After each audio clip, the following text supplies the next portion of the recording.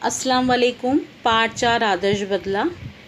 इस पाठ का आज हम भाग 4 पढ़ने जा रहे हैं। सूरज भगवान की पहली किरण ने आगरा के लोगों को आगरा से बाहर जाते देखा।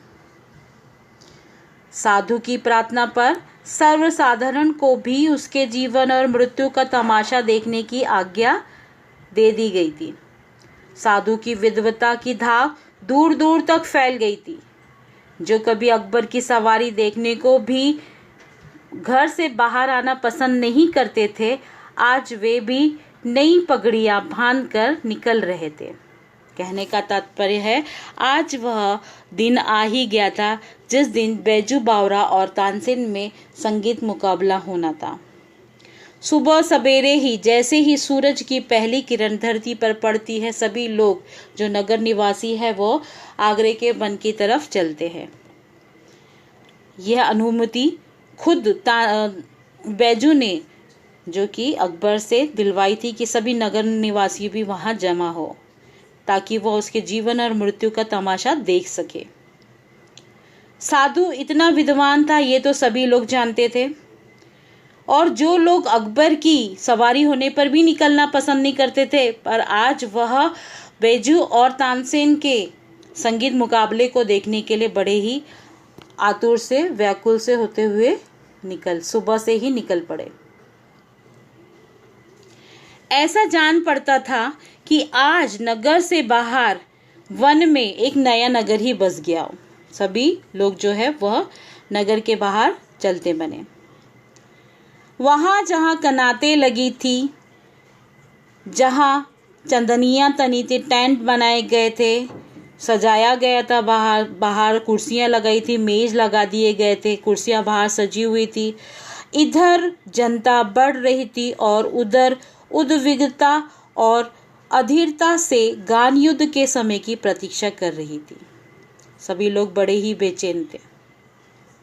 जिस प्रकार से कि जो बालक को प्रातःकाल मिठाई मिलने की आशा दिलाई जाए तो वह रात को कई बार उठ कर देखता है कि अभी सूरज निकला है या नहीं, या उसके लिए समय रुक जाता है, उसके हाथ से धीरज छूट जाता है, वह व्याकुल हो जाता है। यानी कहने का तात्पर्य है कि जिस प्रकार किसी एक बालक को कह दिया जाए कि तुम्हें सुबह में मिठाई खाने को मिलेगी, तो वो रात भर ही बेचैन रहता है, वो सो नहीं पाता, वो बार बार उठ के देखता है कि कब सुबह होगी और उसे कब मिठाई खाने मिलेगी। ऐसे ही वहाँ के लोगों का हाल कुछ ऐसे ही था। समय हो गया, लोगों ने आंखें उठाकर देखा। अकबर सिंहासन पर था, साथ ही नीचे की तरफ तानसेन बैठा था। सामने फर्श पर नवयुवक बैजू बावरा दिखाई देते हैं और उसके मुंह पर तेज था, उसकी आंखों में निर्भयता थी। किस प्रकार से समय हो गया, लोग बड़े ही आतुर से देखने लगे। लोगों ने आंखें उठाकर तो देखी तो देखा कि जो अकबर भी सिंहासन पर आ बैठे थे, आमने सामने जो तानसेन और बैजू बावरा मुकाबले के लिए बैठे थे। बैजू की आंखों में जरा सा भी डर नहीं था। अकबर ने घंटी बजाई और तानसेन ने कुछ सवाल संगीत विद्या के संबंध में बैजू बावरा से पूछे।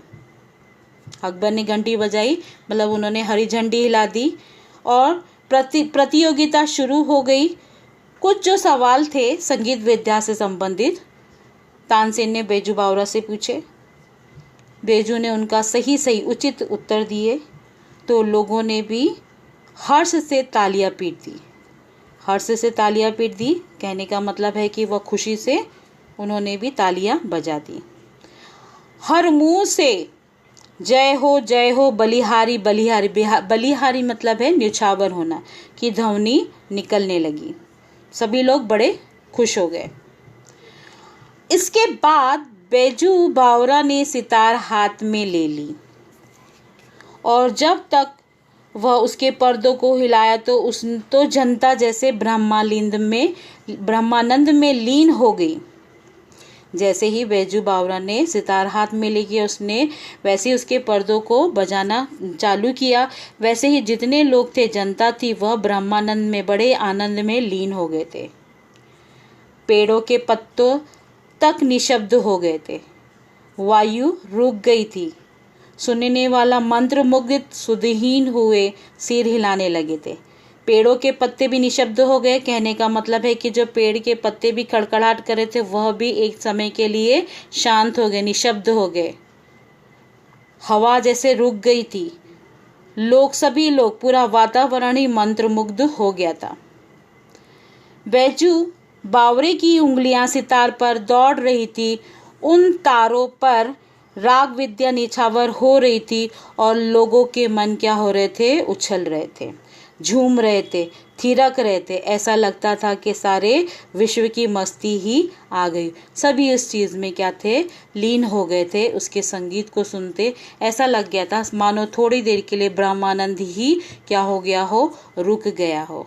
सभी लोग बड़े खुशी से उसके गाने को, संगीत को सुनने में मस्त मग्न थे। ऐसे में लोगों ने देखा और हैरान हो गए कि कुछ हरिण मतलब हिरन छलांगे मारते हुए आए और बैजू बावरा के पास आकर खड़े हो गए।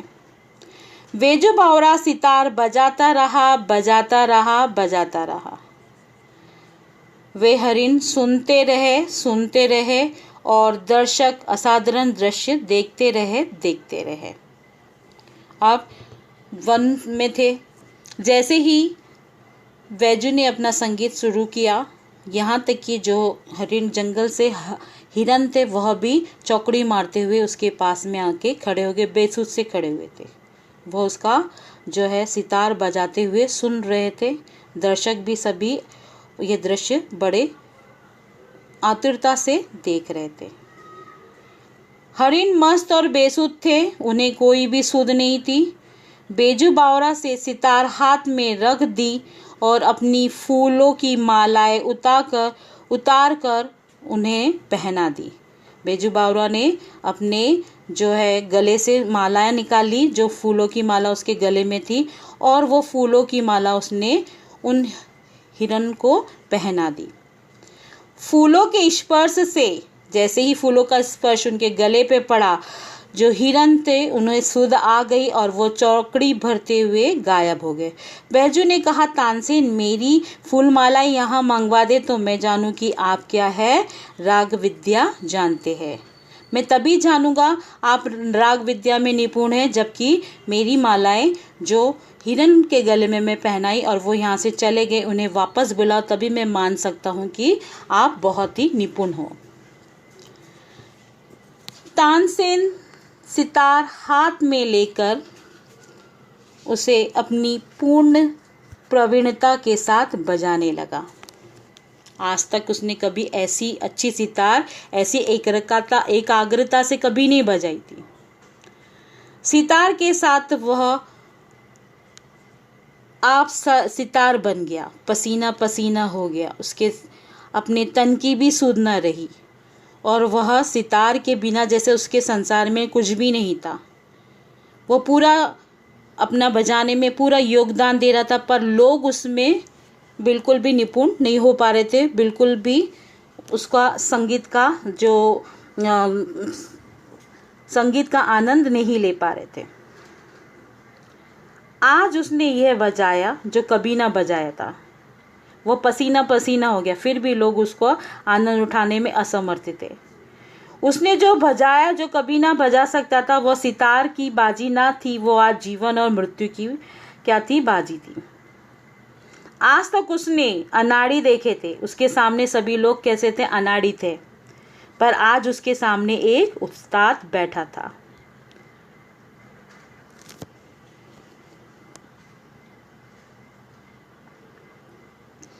कितना ऊंचा, कितना गहरा, कितना महान, आज वो अपनी पूरी कला दिखा देना चाहता था। आज वो किसी तरह से भी जीत जाना चाहता था।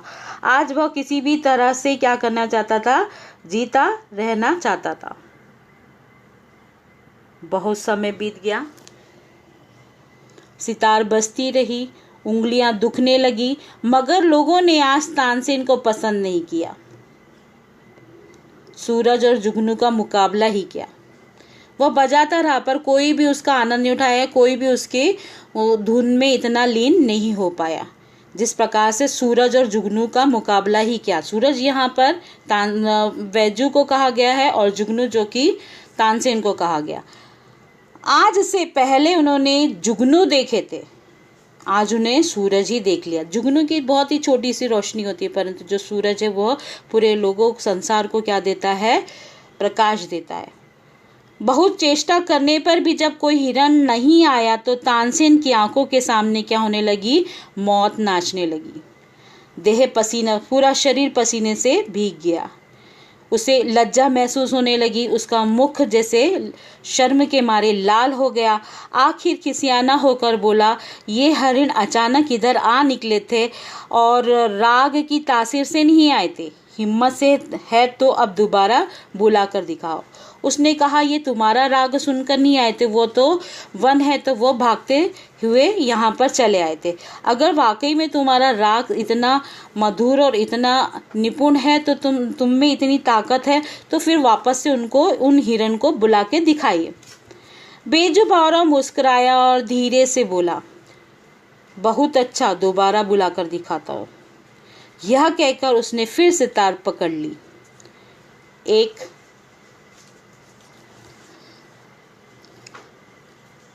एक बार फिर संगीत लहरी वायुमंडल में लहरने लगी। फिर सुनने वाले संगीत सागर की तरंगों में डूबने लगे। हरिण बैजू बावरा के पास आए। वे हरिण जिनकी गर्दन में फूल मालाएं पड़ी थी और जो राग की सुरीली ध्वनि के जादू से बुलाए गए थे, बैजू बावरा ने मालाएं उतार ली और हरिण कूदते हुए फिर से थिरकते हुए जिधर से आए थे वह उधर को चले गए। अब किस प्रकार से वापस से हिरण आते हैं बैजू की आवाज़ सुन के। बैजू ने अपनी गर्दन की जो उनके गर्दन में उन्होंने जो फूल मालाएं पहनाई थी वो उसे वापस ले लेते और हिरण जो थे वह थिरकते हुए उधर से चलते बनते हैं। अकबर का जो तानसेन के साथ अगाध प्रेम था, अकबर जो थे वो तानसेन उनको बहुत ही प्यारा था। उसकी मृत्यु निकट देखी तो उनका भी कंठ भर आया, परंतु वह भी प्रतिज्ञाबद्ध थे।